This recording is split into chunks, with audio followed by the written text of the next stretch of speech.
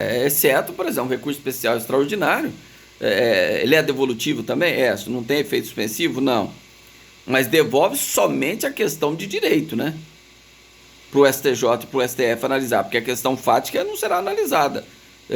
Súmula 7 do STJ, né? Não será analisado pelo STJ e pelo STF as questões de direito. Então devolve só a questão de direito. A questão fática não será analisada.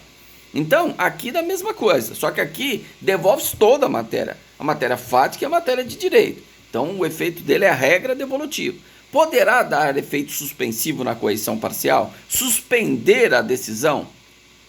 Por exemplo, o juiz determinou, falou, marquei uma audiência agora para ouvir as testemunhas de defesa, mas ele não ouviu as testemunhas de acusação ainda.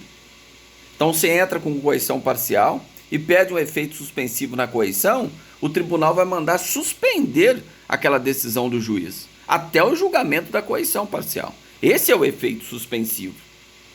Certo? Até o julgamento da coerção parcial, o juiz não vai poder dar cumprimento naquela decisão que ele proferiu.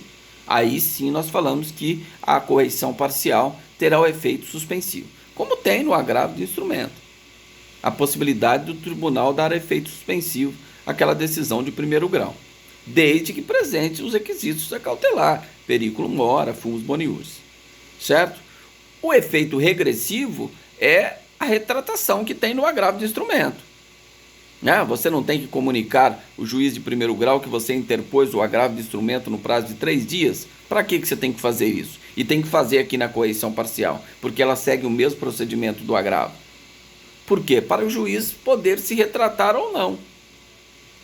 Vamos imaginar que você entrou nesse exemplo, que ele marcou uma audiência para ouvir as testemunhas de defesa primeiro. Aí você entra com a coerção parcial, mostra para ele a silêncio aqui, no prazo de 3 dias. Eu entrei com a coerção parcial. Ele fala, melhor verificando, vou redesignar a audiência para ouvir primeiro as testemunhas de acusação. Resolveu o problema. O que ele faz? Ele comunica lá ao tribunal, o tribunal vai dizer que perdeu o objeto à correção parcial, porque o juiz se retratou. Então tem o efeito regressivo ou juízo de retratação na correção parcial? Tem, porque ela segue o mesmo rito do agravo do instrumento. Artigo 94 do Decreto Legislativo, Código Judiciário 3/69, aqui no estado de São Paulo. Tá? Então, o artigo 94 diz que a correção deve seguir o mesmo procedimento do agravo de instrumento. E o efeito extensivo, nos termos do artigo 580 do Código de Processo Penal, desde que não haja caráter pessoal em relação aos demais réus que não recorreram dessa decisão, será comunicada a eles também. Terá o efeito extensivo, desde que não tenha caráter pessoal. Se tiver caráter pessoal, não comunica. Essa é a regra do artigo 580, Código de Processo Penal. Tudo bem? Tranquilo? Mais alguém tem alguma pergunta, alguma dúvida? Quem tiver, à tua disposição, pessoal. O conteúdo não é muito extenso, mas são muitas informações. Lembrem dos requisitos para que você... Vamos só repetir os requisitos. Primeiro, nós temos que uma decisão eivada de vício, uma decisão viciada. Viciada do quê? De erro ou abuso de poder. Que esse erro ou abuso de poder possa causar uma inversão tumultuária do processo. E essa inversão tumultuária do processo possa causar um gravame para a parte, ou para as partes. Ou seja, o que é gravame? Prejuízo para as partes. E que não haja nenhum recurso próprio, ordinário, para você impugnar aquela decisão. Não tem nenhum recurso, então tem a correção parcial.